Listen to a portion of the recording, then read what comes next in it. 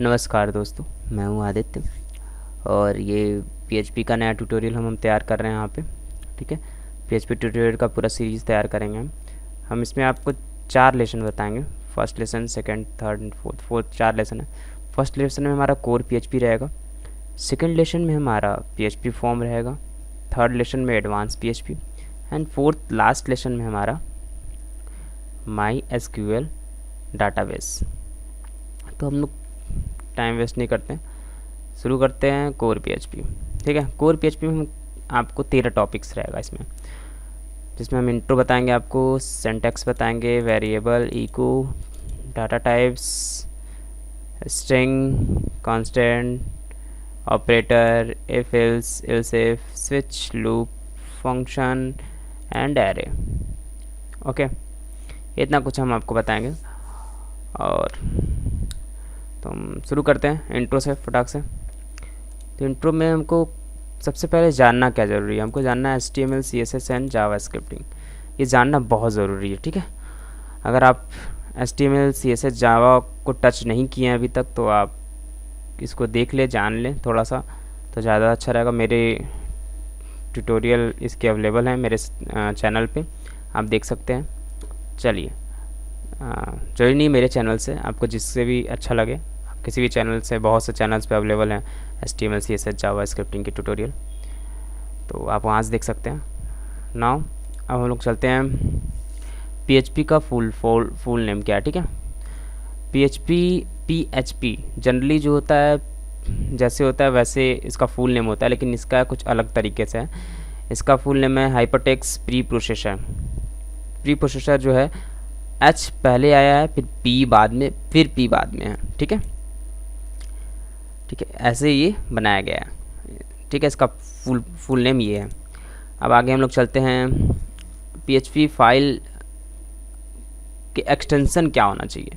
जैसे आप HTML के लिए .html यूज़ करते थे, उसी तरह PHP के लिए हम लोग PHP यूज़ करेंगे। तो हम आपको दिखाते हैं, एक न्यू पेज लेते हैं और इसको जब सेव करेंगे हम, तो यहाँ पे हम जो भी नेम डालेंगे, index.php,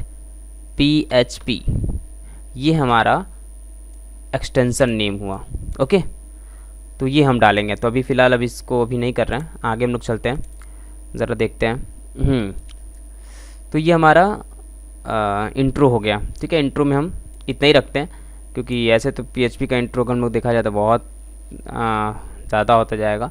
तो हमको फ़िलहाल पढ़ना है इंट्रो, तो आप ऐसे नेट से सर्च करके भी देख सकते हैं कि क्या है, क्या यूज़ कर सकते हैं, क्या बेनिफिट है PHP यूज़ करने का। और सबसे बड़ी बात है कि ये सर्वर साइड स्क्रिप्टिंग है, तो सर्वर साइड स्क्रिप्टिंग और बहुत ही इजी लैंग्वेज और बहुत ही इंटरेस्टेड लैंग्वेज है। इजी तो नहीं कर सकते हैं, लेकिन हाँ इजी भी है, अगर एक बार समझ में आ जाए तो बहुत इजी है, बहुत मज़ेदार लैंग्वेज है PHP। आइए, अच्छा, इसके अंदर एक और टॉपिक है इंस्टॉलिंग। ठीक है, इंट्रो के अंदर एक इंस्टॉलिंग टॉपिक है, उसके अंदर कैसे हम क्या क्या इंस्टॉल करना होगा PHP के लिए। सबसे पहले हमारे पास एक वेब सर्वर होना चाहिए, क्योंकि PHP सर्वर साइड स्क्रिप्टिंग है, इसलिए हमको सर्वर पे ही सारा कुछ अवेलेबल होगा। तो वेब सर्वर या तो वैम्प हो या तो वैम्प हो या तो जैम्प हो। ठीक है, इसको कैसे आप डाउनलोड कर सकते हैं, गूगल में आप सीधे सीधे, अगर आप हायर वर्जन यूज़ करना चाहते हैं, XP है तो आप वैम्प आप यूज़ करिए, अगर XP से अपर वर्जन है तो आप वैम्प यूज़ कर सकते हैं, जैम्प। ठीक है, आप जैम्प यूज़ कर सकते हैं। ये है आपका वैम्प, जो कि XP के लिए आप यूज़ कर सकते हैं। जैम्प हायर वर्जन के लिए आप यूज़ कर सकते हैं। और यहाँ से आप इसको डाउनलोडिंग पे जो भी चाहिए आपको, विंडोज़ के लिए, लाइनक्स के लिए, या OS एप्पल के लिए, जिसके लिए भी आप चाहिए आप डाउनलोड कर सकते हैं। और वैम्प भी आपको अवेलेबल है, वैम्प भी आपको मिल जाएगा, वैम्प सर्वर। तो हमें 2 सर्वर चाहिए, और हमने ऑलरेडी जैम्प को डाउनलोड कर लिया है। तो जैम्प जब डाउनलोड होगा, उसको स्टार्ट करने के लिए देखिए यहाँ पे हमारा जैम्प का एक फ़ोल्डर होगा, सी में जैम्प का फ़ोल्डर होगा। उसके अंदर सबसे नीचे ये जैम्प कंट्रोल है, जिसको हम ओपन करते हैं। वैसे ही अगर आप इंस्टॉल करेंगे तो आपको डेस्कटॉप पे ही इसका कंट्रोल मिल जाएगा। ओपन करते ही हमारे पास ऐसा एक पैनल खुल के आएगा। ठीक है, इसके बारे में सब जानते ही होंगे, अगर नहीं जानते तो आप वैम्प कैसे इंस्टॉल होता है, उसका कैसे प्रोसेस होता है वो आप देख लीजिए। हम बहुत शॉर्ट में बता रहे हैं आपको। और इसमें अपाचे को हम लोग स्टार्ट करते हैं। ठीक है, तो वैम्प किस प्रकार से वर्क करता है वो तो पुराना वर्जन में है, उसको भी इसी तरीके से होता है। यहाँ पे राइट क्लिक करके यहाँ से आपको स्टार्ट करना होता है, जैसे ये स्टॉप है इसलिए यहाँ से स्टार्ट करना होता है। तो फिलहाल हमने इसको स्टार्ट कर दिया है वैम्प को, सॉरी जैम को। ठीक है, जैम को हमने स्टार्ट कर दिया है। और इसकी जितनी भी फाइल होती हैं उसको हम सेव करते हैं इसी में htdocs के अंदर। ठीक है, htdocs के अंदर हमने जो भी चाहें वो फाइल सेव कर देंगे। और ये जब ओपन होगा तो वो किस तरीके से होगा, ये हमारा लोकल होस्ट अगर हम डालेंगे स्टार्ट करने के बाद, याद रखिएगा हम स्टार्ट करेंगे अपाचे, इसके बाद ये हमारे सामने ये खुल के आएगा। तो इसका मतलब हमारा जैम्प इंस्टॉल हो गया या वैम्प इंस्टॉल हो गया। ठीक है, जिस तरीके से भी जो भी आप इंस्टॉल करें। तो आगे हम लोग चलते हैं, एक काम करते हैं कि ये हमारा htdoc है। htdoc के अंदर अच्छा यहीं पे अच्छा अब PHP इंस्टॉल करना है, मतलब कि अगर आप वैम्प या जैम कर लेंगे तो ऑटोमेटिक PHP इंस्टॉल हो जाएगा आपके अंदर। PHP 5 या 10 अभी लेटेस्ट क्या चल रहा है, अभी लेटेस्ट अभी 5.6.30 ये हमारा PHP चल रहा है जो जैम के साथ ऑलरेडी अवेलेबल है। एंड ये हमारा PHP का साइट, ये हमारा PHP की साइट है जिस पे आपको PHP के सारे इन्फॉर्मेशन मिल जाएंगे। ठीक है, कि किस तरीके से आप यूज़ कर सकते हैं, क्या यूज़ कर सकते हैं। और PHP अगर आपको इंस्टॉल करना है यहाँ से तभी इंस्टॉल कर सकते हैं। ठीक है, तो आइए नेक्स्ट चलते हैं, हम लोग स्टार्ट करते हैं। हम इतना हो जाता है, इंस्टॉलिंग तक हो गया, इंस्टॉल आप कर लीजिएगा। आगे हम सिंटैक्स के बारे में चलते हैं। सबसे पहले हम पेज सेव कर लेते हैं, इसको सेव करते हैं हम अपने सी के ही अंदर, जैसा कि हम आपको बताए हैं वैम्प के अंदर, जैम के अंदर htdoc के अंदर हम लोग सेव करेंगे।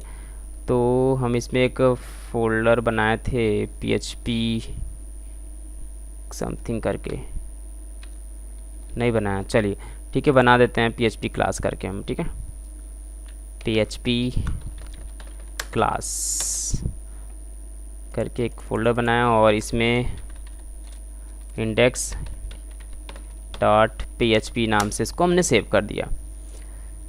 हाँ, यहाँ तक इंट्रो तक का हो गया क्योंकि हमने एक्सटेंशन भी PHP दे दिया।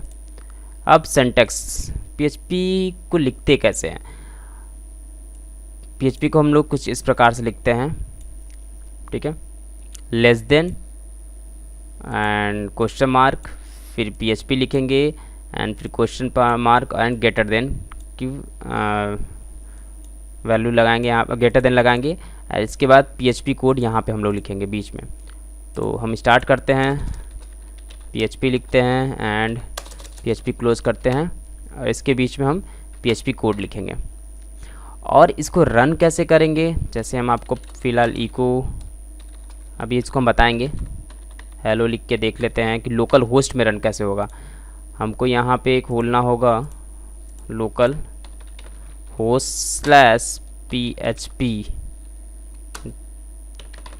Space class /dex index.php inter करेंगे। देखिए यहाँ पे हेलो दिख रहा होगा आपको।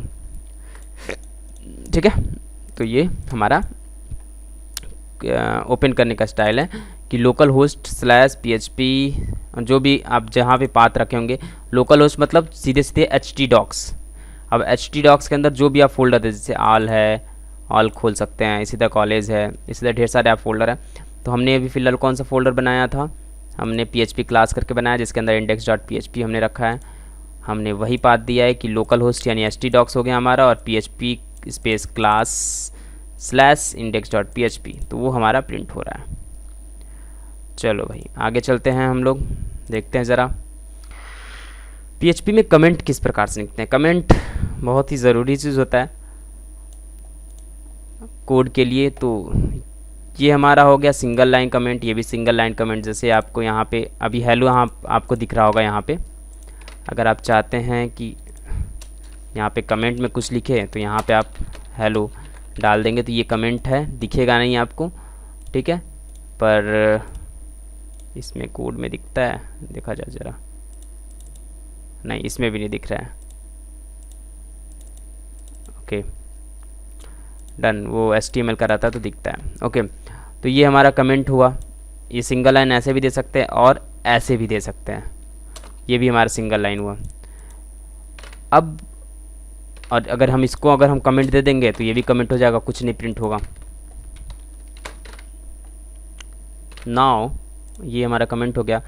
मल्टी लाइन कमेंट्स के लिए कुछ इस तरीके से होगा कि मल्टी लाइन कमेंट्स करना है, यानी यहाँ से लेके कमेंट करना है तो ये देन ये, और जहाँ तक कमेंट करना है आपको स्टार एंड स्लैश। ओके अब यहाँ पे आप जो भी कोड डालेंगे वहाँ पे आपका कोड प्रिंट होगा या हाय, बाकी ऊपर वाला प्रिंट नहीं होगा क्योंकि मल्टी लाइन कमेंटेड है। तो ये हुआ हमारा मल्टी लाइन कमेंट। आगे चलते हैं हम लोग। वेरिएबल के अंदर भी आप अगर एक कोई वेरिएबल लिए जिसमें कुछ 10 रखें और उसके बीच में कुछ आप लिखना चाहते हैं तो हम इस प्रकार से लिख के फिर वापस उसमें 50 जोड़ सकते हैं। ये आगे की बात है, हम लोग देखेंगे। और PHP केस सेंसिटिव नहीं होता है, ठीक है।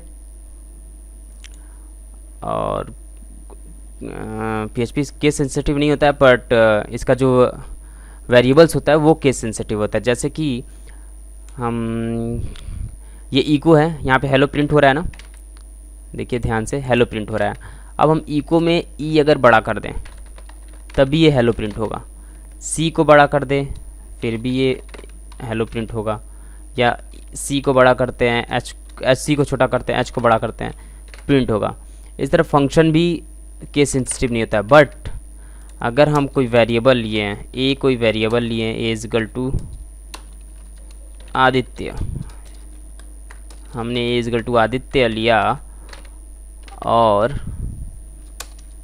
इको डॉलर ए को प्रिंट करेंगे तो हेलो आदित्य आएगा यहाँ पे, ठीक है। हम यहाँ पे एक काम करते हैं, BR लगा देते हैं ब्रेक के लिए, आदित्य आएगा। बट अगर हम ए को बड़ा कर देते हैं तो अनडिफाइंड आएगा, अनडिफाइंड वेरिएबल ए, ठीक है। तो सिर्फ और सिर्फ केस सेंसिटिव क्या नहीं होता है, बाकी जितने भी बाय डिफ़ॉल्ट इसके फंक्शन हैं, वेरिएबल वो है सॉरी की हैं, कीवर्ड्स हैं PHP की, वो बाय डिफ़ॉल्ट जितने भी हैं वो केस सेंसिटिव होते हैं, सॉरी केस सेंसिटिव नहीं होते हैं। और ऑल वेरिएबल जो हम वेरिएबल डिक्लेयर करते हैं वो केस सेंसिटिव होते हैं। तो बहुत सिंपल है, समझ में आ गया होगा आपको। आगे चलते हैं हम वेरिएबल के बारे में, ठीक है। वेरिएबल कैसे डिक्लेयर करते हैं हम लोग, सिंपल सा भी आपको दिखा दिए हैं कि डॉलर लगा के कुछ भी हम लिखेंगे, जैसे नेम इक्वल टू आदित्य। अब आदित्य के लिए स्ट्रिंग है तो ऐसे लिखेंगे आदित्य, हम आगे बताएंगे किस तरीके से किसको लिखा जाता है। डबल कोटेशन में हम आदित्य देंगे। तो ये हमारा वेरिएबल लिखने का तरीका होगा। नाउ अब क्या है, उसकी आउटपुट कैसे आएगा, सिंपल सा इको हम अभी बताएं आपको, डॉलर नेम डालेंगे अगर आप तो ये देखिए मेरा नाम आएगा, यानी ये प्रिंट कर रहा है डॉलर नेम को, और डॉलर नेम में क्या स्टोर है, आदित्य, तो ये आदित्य को प्रिंट कर दे रहा है। Very simple.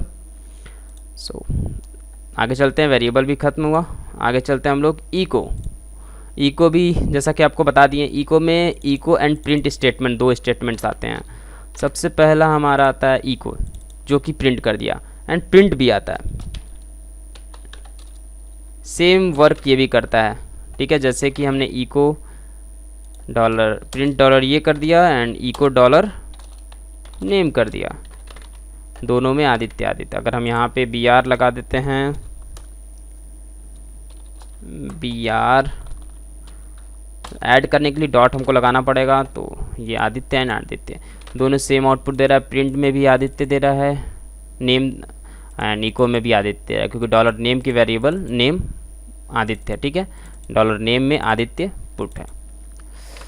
सो और हमने यहाँ पे डॉट इसलिए लगाया है क्योंकि हमने BR एक HTML एलिमेंट है, तो HTML एलिमेंट को लिखने के लिए हमको डबल कोटेशन में लिखना होगा, और डबल कोटेशन में लिखेंगे तो इससे जोड़ने के लिए डॉट हमको लगाना पड़ेगा।